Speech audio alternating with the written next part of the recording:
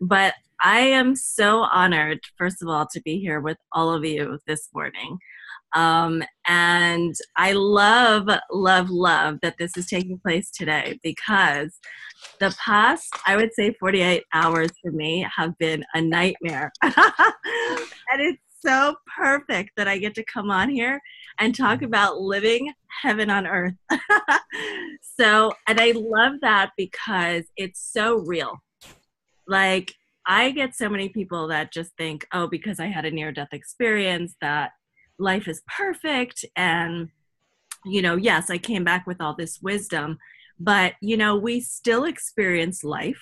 We're still humans here having this physical reality. I go through the same challenges that everybody else does. The difference between my life now, post NDE, and prior is that I'm able to get myself out of that a lot faster. I'm able to transmute any struggles or challenging emotions much, much faster, and get myself back into a state of alignment, feeling in vibration, feeling back to myself, and returning back into my heart. So I wanted to just start with that because I want to give a frame of reference. Every time I speak, it can definitely sound very magical and all things are possible, which they are. But I never want to portray myself as I step bigger and bigger into leadership. And like Tricia said, like my goal is to impact 1 billion hearts, around the globe. And it's a very big mission. It's a mission that is everything to me.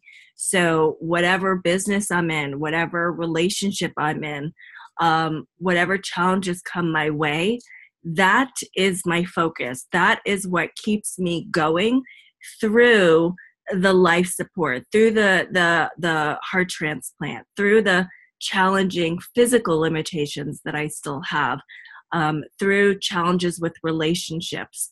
It's that at the end of the day, what's my legacy here, right? Because we're all going to have challenges in life. We're all going to be still trying to figure out how to go through life every day, even if we've had a near-death experience.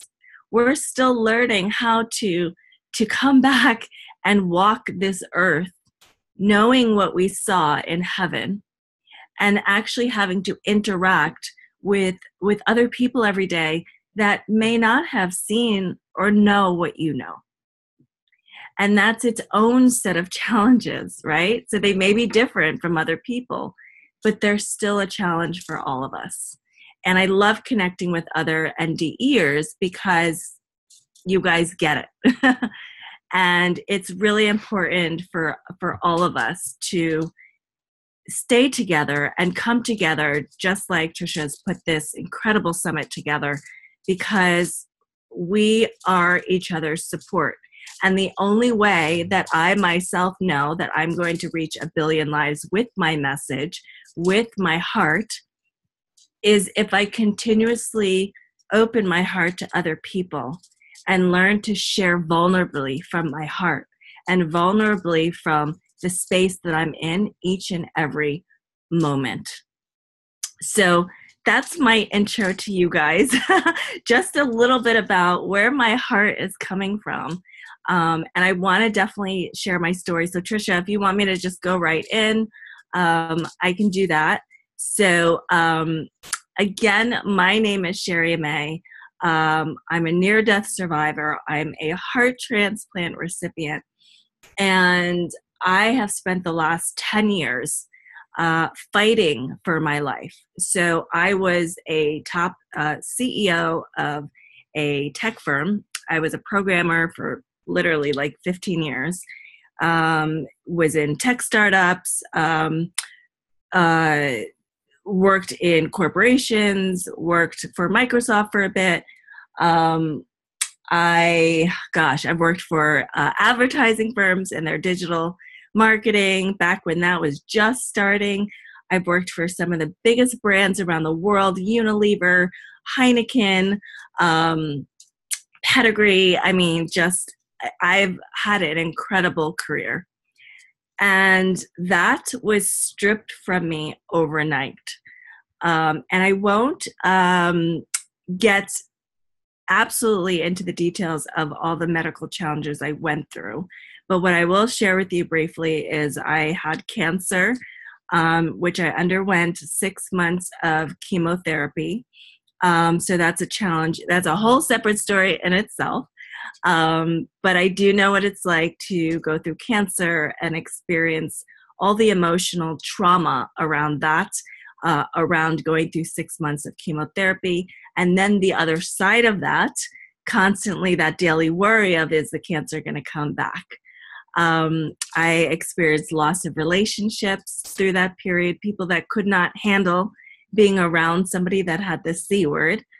And then after I was in remission and doing well, about 8 months later, I ended up suffering sudden cardiac arrest.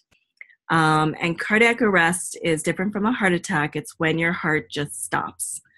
So I was young, like early 30s, very, very early 30s, and on top of the world career-wise. And I lost everything literally within, it all started basically 2 months after I got married. So I have been married for 10 years now, and my husband has mostly known me fighting for my life. So the near-death experience happened when I suffered the cardiac arrest. And what happened was, thankfully, I was rushed in time to the hospital. And I flatlined 10 minutes after I walked in, right in my husband's arms. So it was a miracle. He got me into the emergency room just in time. And the doctors, they issued code blue. It was pandemonium in the emergency room. The entire staff was apparently in my little area performing CPR. So if you just picture this panic of an emergency room that just has somebody walk in and 10 minutes later they flatline. And nobody knows why. No, I haven't even really been hooked up to any kind of IVs or medical. So it was absolutely insane. And they tried to do cardiac CPR, and my heart did not respond. And I would say about 5 to 10 minutes later, they were ready to call my time of death. And there was one doctor in that emergency room that is rarely on call, and that was my doctor. He actually was my cardiologist at the time, because I had an arrhythmia since childhood. So he had already been in my life. And he was also the chief of cardiology of my local hospital. So to have the chief of cardiology on call on a Saturday morning was so rare, I can't even tell you. But he had come rushing into the emergency room literally right when I flatlined. And so when the whole staff realized they could not save me, they, like I said, they were ready to call my time of death. And he was the one person in that entire emergency room that said, no, we're not losing her. And he ordered everybody else in the room that was assisting to continue with chest compressions and CPR. And it ended up that they continued for another 90 minutes. So again, I want you guys to just picture, I'm pretty much dead at this point. They're ready to call my time of death. They don't know if I'm brain dead at this point because so much time has gone by. And the doctor that's the head of all of cardiology at this hospital just happens to run in at the right time. Miracles, miracles do happen. And so I had multiple doctors sitting on top of my chest for 90 minutes doing chest compressions. During that time, my ribs were crushed, my lungs collapsed, and they still could not get my heart to restart at all. They rushed me into the OR, where they still were not able to get my heart restarted. But the doctor continued to have everybody keep up with the chest compressions and the CPR long enough for him to install what's called an ECMO. And the ECMO machine is a life support machine. It's a temporary life support machine where they're able to install it, and it will just send oxygen to the rest of your organs. So again, at this point, they had no idea whether or not I was brain dead.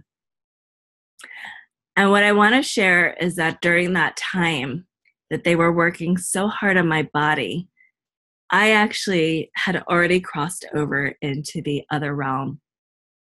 And I found myself 1 minute in this world and the next minute in a whole other world. And it happened like that.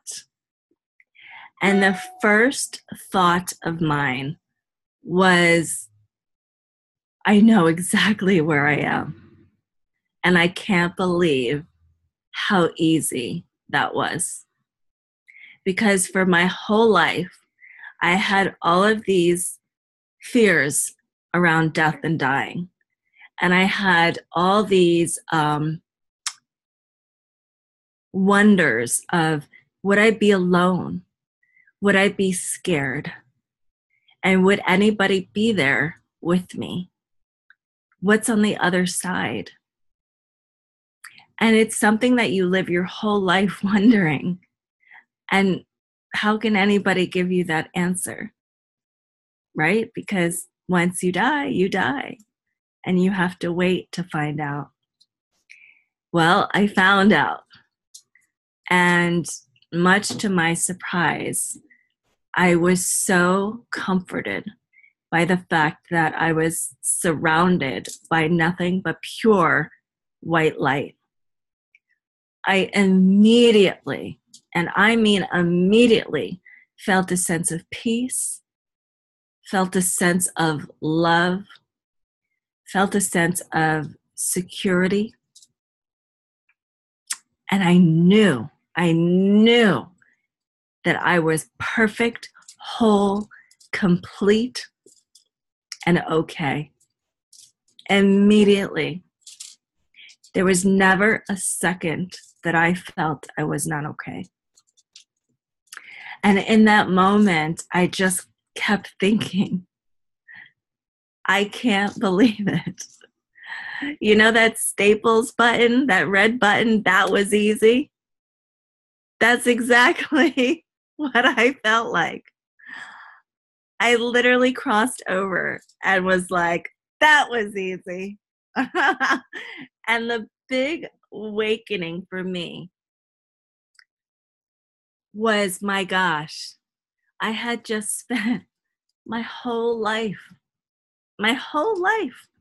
in fear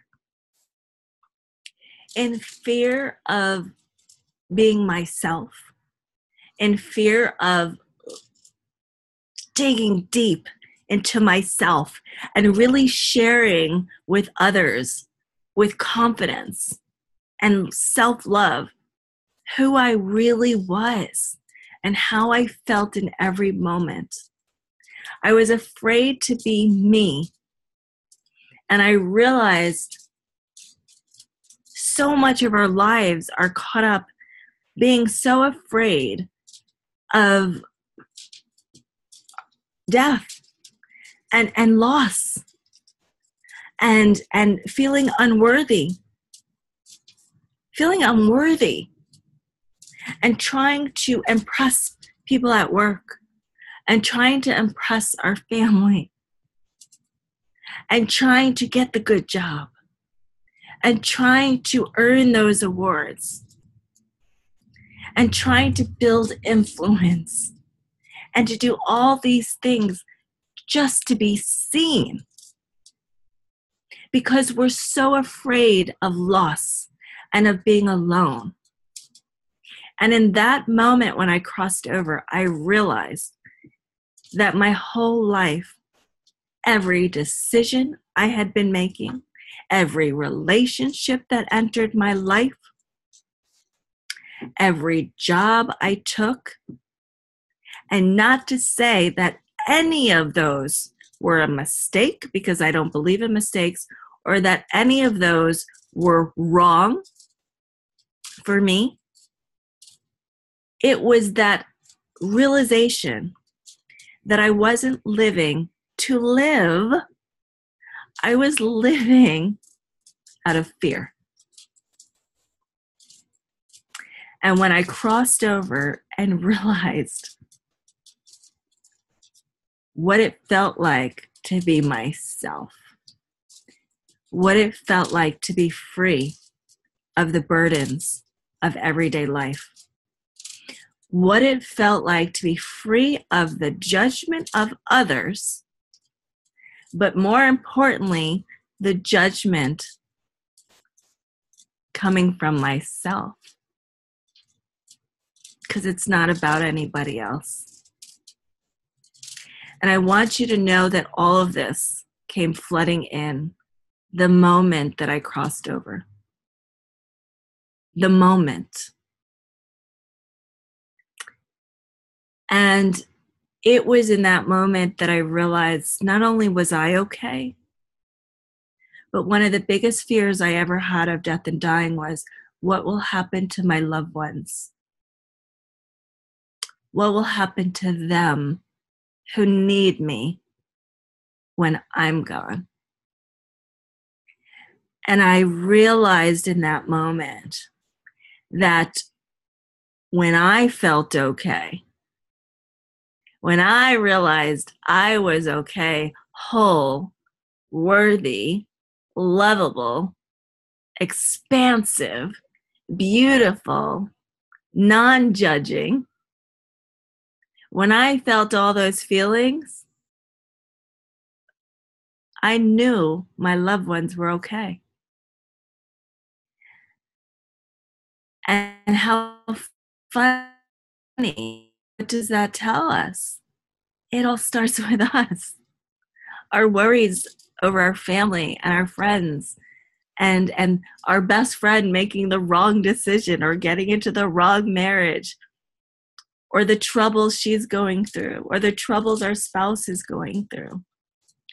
I realized that when I was pure light, when I was whole and in alignment with myself, there was no energy of worry for these other people in my life, because I felt connected to all, and I realized the truth.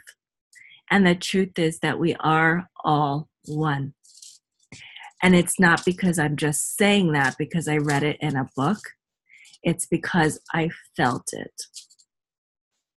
I felt it. So when I share my near-death experience, when I share my wisdom from my near-death experience, what I'm actually just doing is sharing with you my truth based on what I experienced emotionally, physically, all senses, all sight. It is my truth that I embody. And the reality is, I don't need to explain to anybody that heaven is real, the afterlife is real. I don't need to explain any of that. I just need to be true to myself and live from the heart and live constantly remembering what it felt like to feel that alignment. Because when I can continue to stay in alignment, you're going to feel my heart automatically. And there's nothing I need to say or do or be or any award or any amount of likes on Instagram to prove I'm a near-death leader, warrior. There's nothing I need to do but stay true to me, and everybody else, the world, our loved ones, are all okay. Because everything is energy.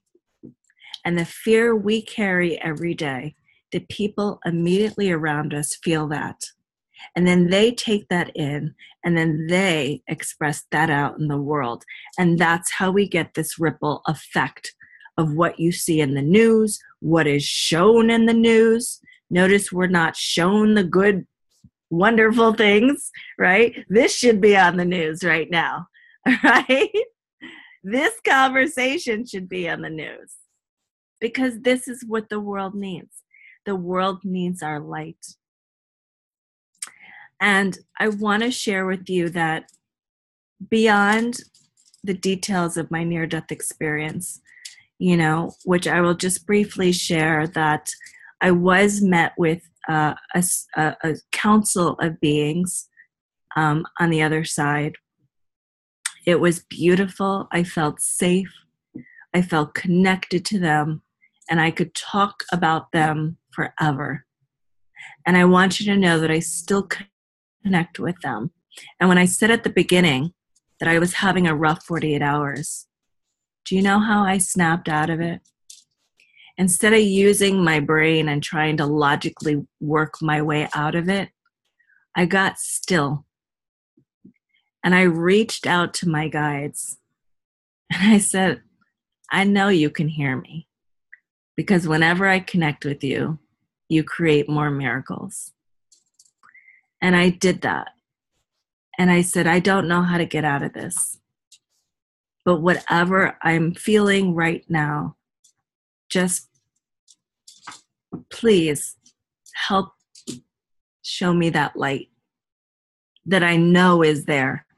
I know is there because I've seen it, and I have faith, and I will not let go of my faith no matter what.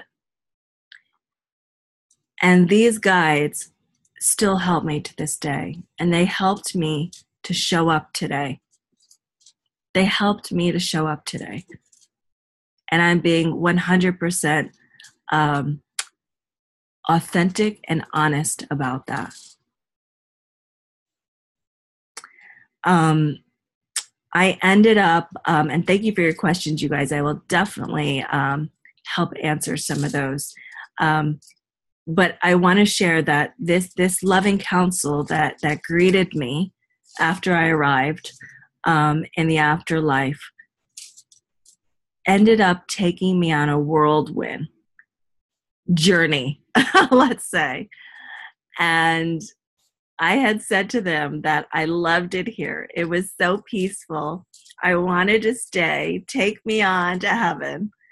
I know I'm okay, and I know my loved ones are okay. So I really don't need to go back. I felt as light as a feather. I'd never felt so aligned. And I just wanted to bathe in that. And I said to them, I don't want to go back. So let's go. Like, just take me.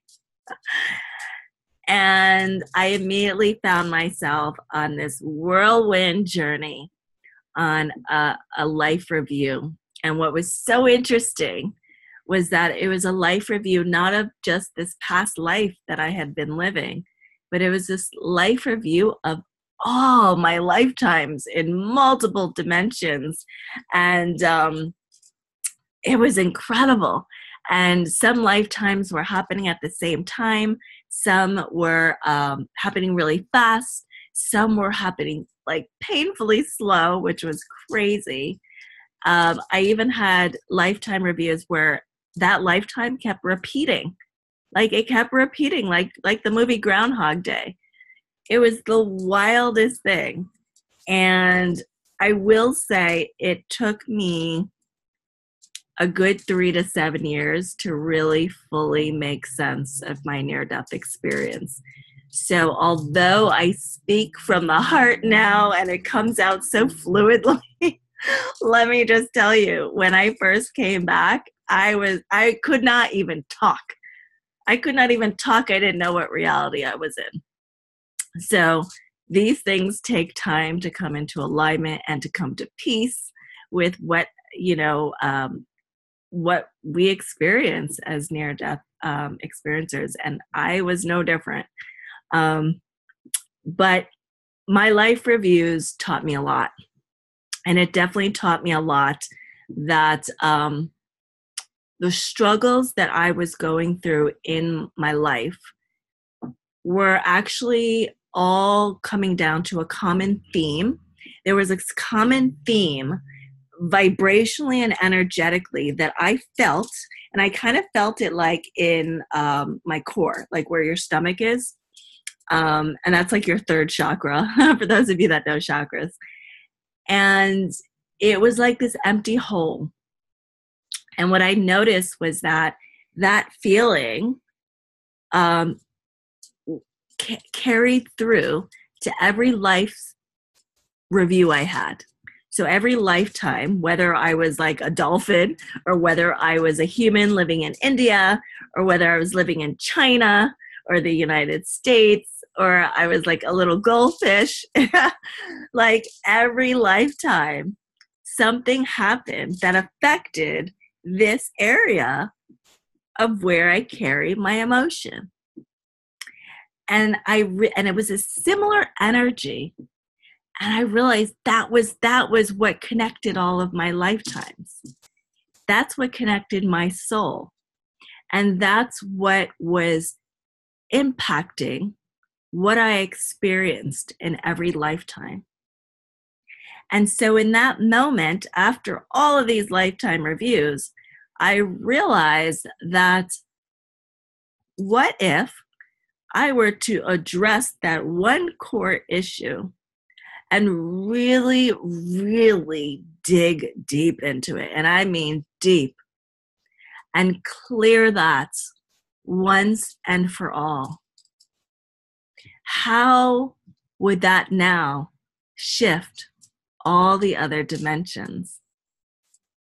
Past, future, present, whatever they are, because time didn't exist. And I realized at the end, I said to my guides, I want to go back.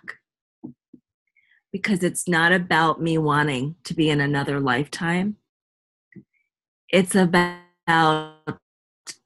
the experience and my soul's expansion and what's going to allow my soul to be free. What's going to set my soul free now?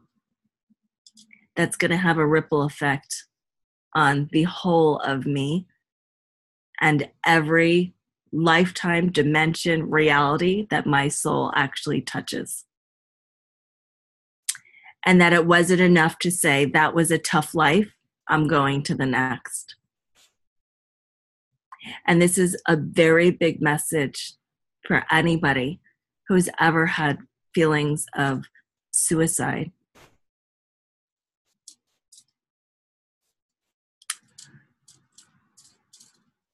We think we can run away from our problems. We think we can cover them up. We think we can put a Band-Aid on them. We think that we can escape life. And the reality is we can never escape our soul. And while it may look like what's causing us pain is outside of ourselves, it's actually within us. And what makes us unhappy is when we're in an environment that does not allow us to feel safe in our emotions. and an environment that covers up emotions, even though they're all feeling the same way, but nobody wants to admit it. And so you feel alone. And you feel like there's no way out. And it's a terrible, terrible feeling. And my message is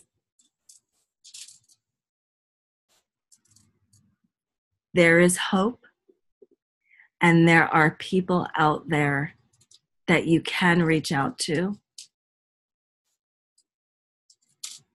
And they may not be your immediate loved ones. They may not. And if you feel like your loved ones are not supporting, I will promise you this. The people that were not there for me during cancer, the people that abandoned me after life support and my near-death experience, because I was disabled for many years after that. Again, which is a whole other story. But the people that abandoned me after my heart transplant, I found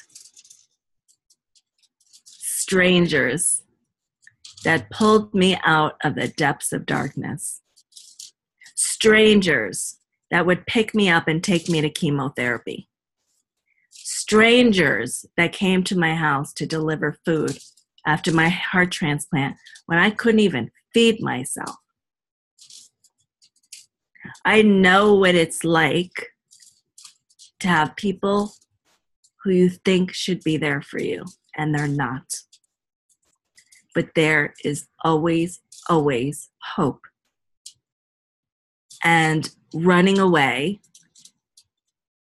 or running to another lifetime will never solve the core issue that I realized followed me from lifetime to lifetime. So my biggest mission here, and now you see why my mission is to impact 1 billion lives, because I know I can do it. I know I can do it just by sharing from my heart. I don't need awards. I don't need anything other than to connect with one person at a time and trust that my energy relayed to another person is going to have a ripple effect. And whether or not I can physically count those 1 billion people to you or not is not my priority. And I really want you to hear me when I say that that is my mission. And I know I can do it because I don't have to prove it to anybody. I just have to do it. So I'm going to look at the questions you guys all have because I know I just shared a whole bunch with you. So thank you guys so much for just hearing me share. And Trisha, definitely keep me posted on time because I definitely have a habit of just chatting away. Oh no, there's questions in different places, but can you see the one from Andy Parks? Okay, so I'm looking in the chat here on this platform. I see one starting from Terry. You can start with that one, and then I'll give you one right after that from Andy, if that's okay. But yes, yeah. So his Terry says, do you have any physical energy connections to your heart donor? Which is an interesting question. Yes, I love this question, and I get it a lot. Yes, I absolutely do, and I have not met my donor family yet. So there's a whole bunch of things that I would love one day to meet them. You are allowed to connect with them anonymously via letter a year after your heart transplant. For me, it's been 3 years. So that's one thing that I definitely would like to do to find out a little bit more. I don't know if they would be receptive to meeting me. But what I will say is, since the day I received my heart transplant, I immediately, from the day I was in the hospital bed for 3 months, from that moment that I remember waking up, I immediately started connecting with my heart donor, because I knew that if I was to survive, it was going to be both of us doing this together. So I do want you all to know that I physically and emotionally and spiritually am connected with my heart donor every single day.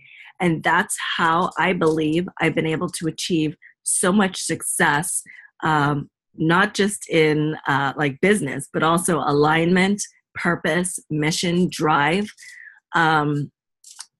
because it's not about me.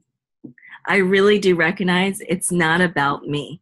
And whenever I forget that, I just immediately remember I'm living with somebody else's heart. Like, this is not about me. This is like the two of us going out there and like conquering this world, you know? And by conquering, I mean mastering the self, to be honest. So yes, Terry, thank you for that question. I love that. I definitely get that a lot. So thank you for asking that. Yes, and there's another pretty deep question in the Q&A box, and I'll just read it to you if you don't mind. But you can click on the Q&A box at the bottom of your screen, and you'll see the questions. Yeah, yes. But since I'm recording for people, I do want to go ahead and say it. But yeah, please do. So Andy says, "Oh my God, this is an amazing talk. I was caught in the corporate American matrix. I also made decisions based on ego and out of fear of being fired. I'm African American and I also mentor some younger African American students who are entering a corporate world where they feel even more pressure to fit in.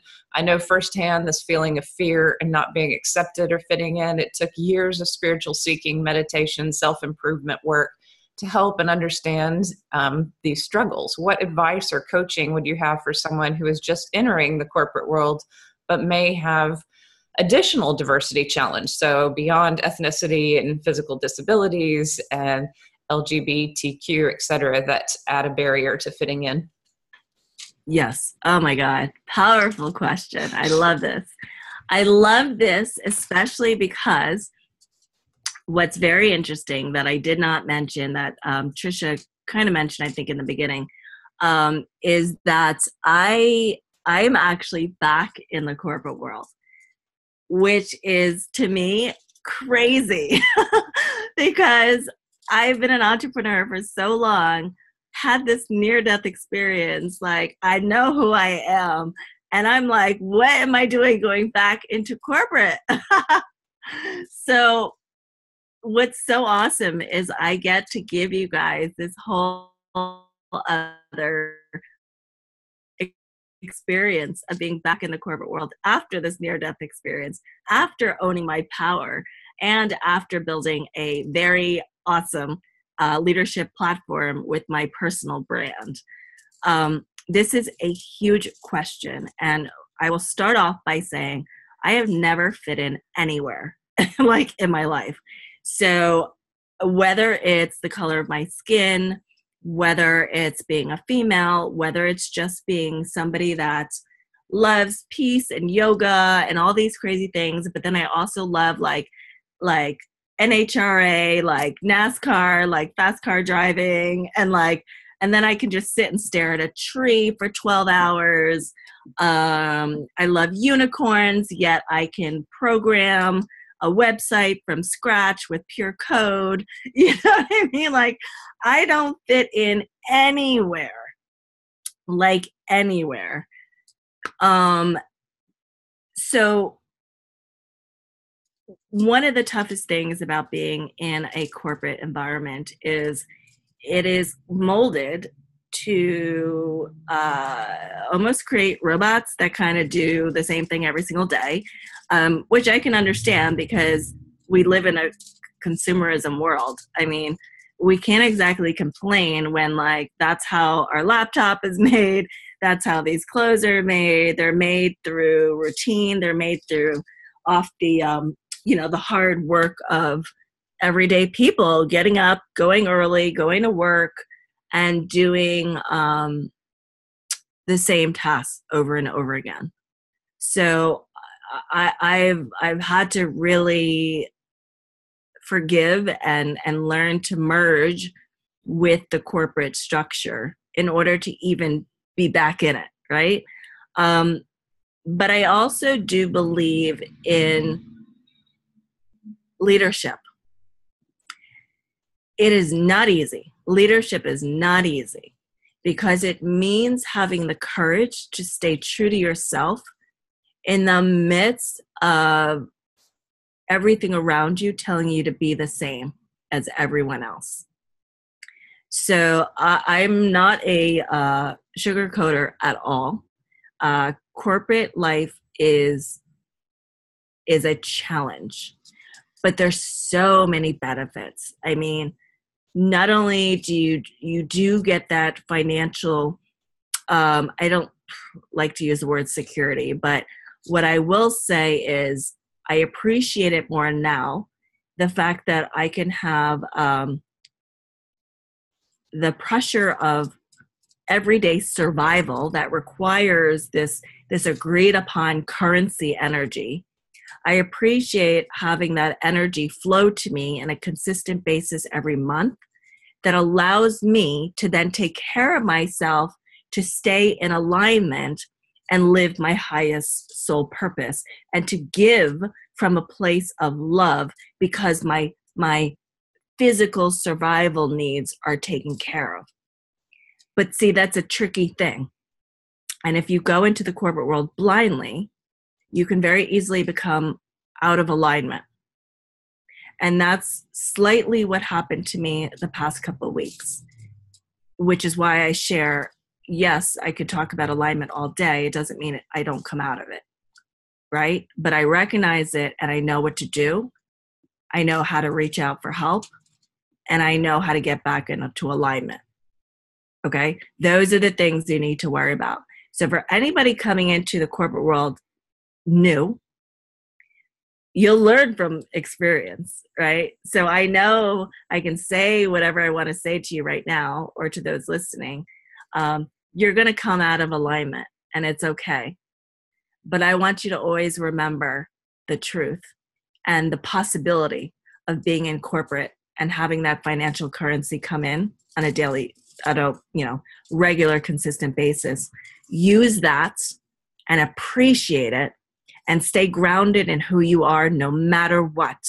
And when you come out of alignment, you take the time off or you go for a day off and you take a break and you get yourself back into alignment, owning your truth, owning who you are, whatever your sexual presence, your preference, the color of your skin, whether your gender, whatever issues are making you feel unworthy, not good enough for the best, to receive the best from life. All right. You just know I'm going to be a continual walking example that you can be authentic. You can live from your heart and you can be a leader that continuously gains success, even in the corporate world, for however long I remain there. So that's a really important message, which is why I wanted to take that time, because there are a lot of people that get up and go to work every single day and don't have that luxury of escaping it right now. You don't have to escape it.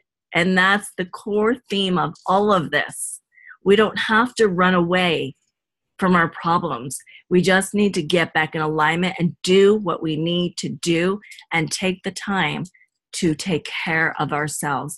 Because when we take care of this, everything else will work itself out. But if you don't have this taken care of and in alignment, nothing in life will feel good. Wow, those are awesome points. That helped me personally so much. Thank you for that, because I think about that often. And like Andy, I teach students, and we're a majority minority campus, and many of them are new to college for the first time. And so but I will take that message with me. And we're going to have to end on, and not too much time on this one. It is such a big topic, but one person asked, you said some lives were lived simultaneously. They actually asked, were you different species during those lives? Or can you, or if not, you know, like if you don't want to answer that, could you just talk a little bit more about reincarnation and other lives? Yes, I will say that I never refer to anything I experience as confirming reincarnation or any of that. Again, I really, I'm somebody that stays away from generalizations. One of the biggest things I came back with from heaven was labels. Like I came back and I was like, oh my God, I can't stand labels. Like, I can't stand that we're so separated. You know what I mean? Like, I just came back from being one with everything, that the concept of being like, oh, you're a minority, or you're, you know, this, or you're that, or you're different, you know, that's an apple and that's an orange. Like, that was so foreign to me that it took me over 5 years to even learn how to speak the human language again in terms of separation, so I could even communicate with people, because people didn't understand. I would talk it in like heaven and we're all one and peace and love, and the general population was like, is she like on something? So part of me stepping into leadership was I actually had to learn how to speak human language again, and I had to learn how to speak separation again, just to communicate what I'm trying to share, which was very difficult for me. But yes. What was the question again? I had to just state that about, so the different species. Yes. So with that said about reincarnation, I am very confident in saying what I experienced was different dimensions. That's what they were to me. So I kind of refer to it more in like quantum physics, right? So like we're experiencing this reality now. I experienced the same thing. It was like living this, but another lifetime. Reincarnation has like these set assumptions that somebody came back to life as somebody else. And I'm not saying I can prove that. Do you know what I mean? So that's the difference with my story. All I'm sharing is what I experienced. And that's where I share from. And to answer your question about the different species, yes. Some lifetimes I was like a whale. You know, was different animals. So yeah, I was definitely different species in different lifetimes. The same core issue followed me. So for example, if in a human lifetime, the emotional impact was felt in my solar plexus, like this hole, this pit in my stomach, this dark place that would just follow me. When I was like a whale or some type of fish, it played out like I was caught by like mass fishermen, and I was trapped through the solar plex. So just so you know how it affected me in different species for different lifetimes. That's how it played out. But the pain was always right here. And that's how I realized the connection.